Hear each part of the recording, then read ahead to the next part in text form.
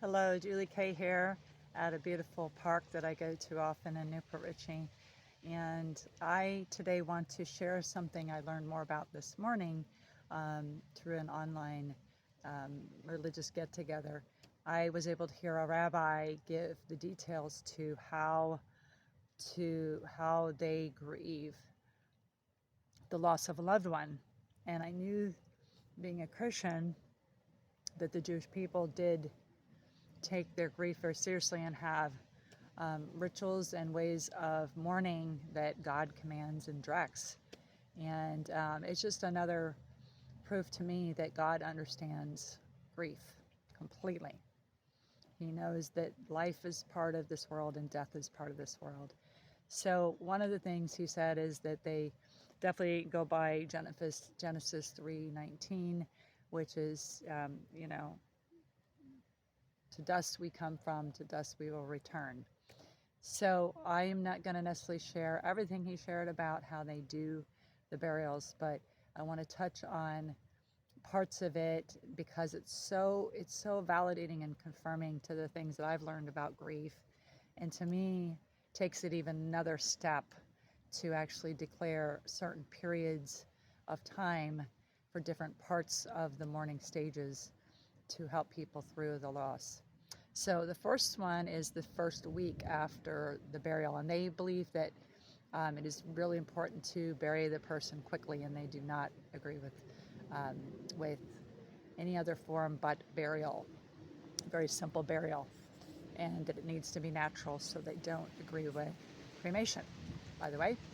So the first week is called Shiva. Shiva.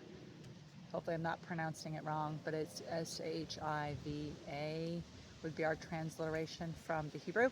And the grieving, the person who's mourning for the loss of their loved one, especially when it's a husband or a child, stays in the home the whole week. They're not really supposed to leave at all, and they have as many visitors as care to come, of family and friends, to visit them throughout that week.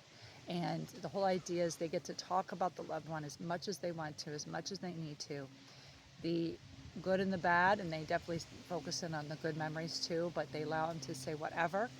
There's no hindrance to that.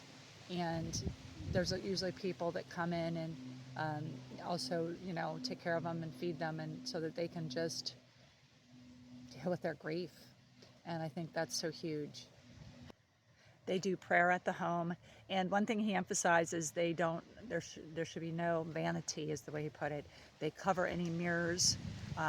Men don't shave, so it's very humbling, serious, time to really deal with the grief.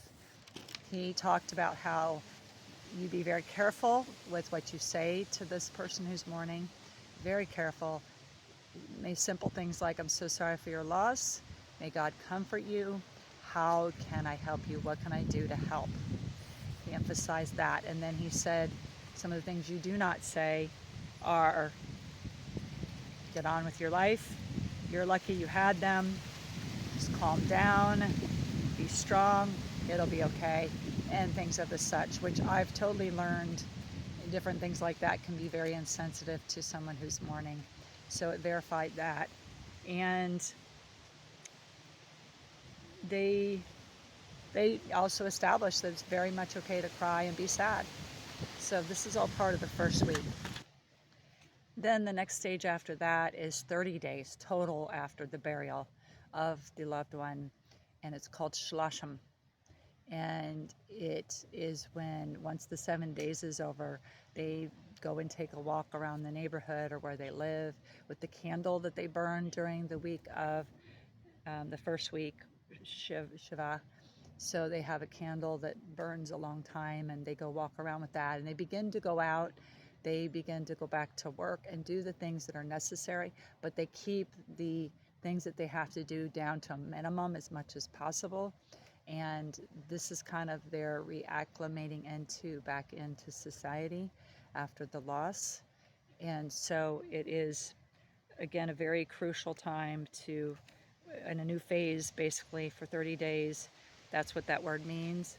And slowly going back into society, a reacclimation period. Memorial prayers are said. They do, even during the first week, they definitely quote certain psalms, Psalm 23 and other ones, and there's certain prayers that keep getting repeated, and during this time they do that as well. They go to the synagogue, and it's always in a group. Very important. Community is so important, he stressed. You're not alone.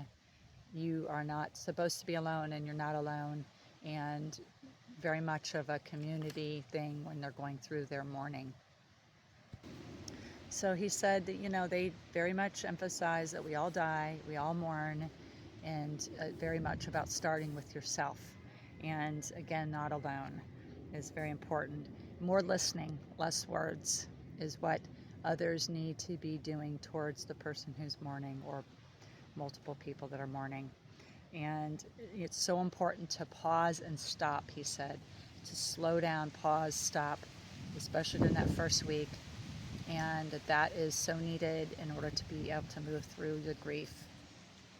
He very much identified that he sees the people who do not do this, sounds like even other Jewish people, that just go right back to work, or just think that they just do the service and then go back to regular life, and they don't really deal with it.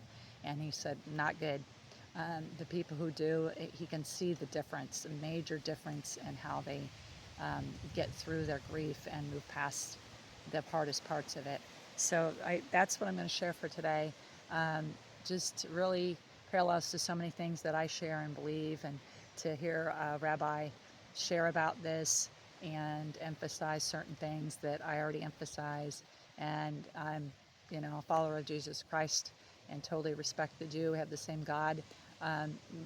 Just differences in whether Jesus is the Messiah, which I believe he is, but that is still follow these practices, and it's very valuable. So I wanted to share that with y'all today. I hope you get something, learn something from that, and just it reemphasizes the need to just be real and to work through your stuff, and to have people be there for you. And if you know that you care about those who are grieving, or someone who's grieving, it lets you know to, again, be sensitive to what you say to them. Better to say less than to say something that's insensitive. And how can I help you? I'm praying for you. May God comfort you. So sorry for your loss, and just be there for them. And just that they are purposely given time to do this. In our culture, I don't know that every Jew can do that with their jobs, obviously, or especially in the United States, it's not conducive to that. But if at all possible, I think this shows that it's important to do these kind of things, or something similar to that, and take the time to let yourself feel what you're already going through. So this is Julie Kay, helping you find your way through grief and loss. Please like this video, and liking it helps it to go out and get to more people. So please like any of my videos, all of them if you're willing to. Press that like, it's very easy to do. And God bless you. See you next time. Bye-bye.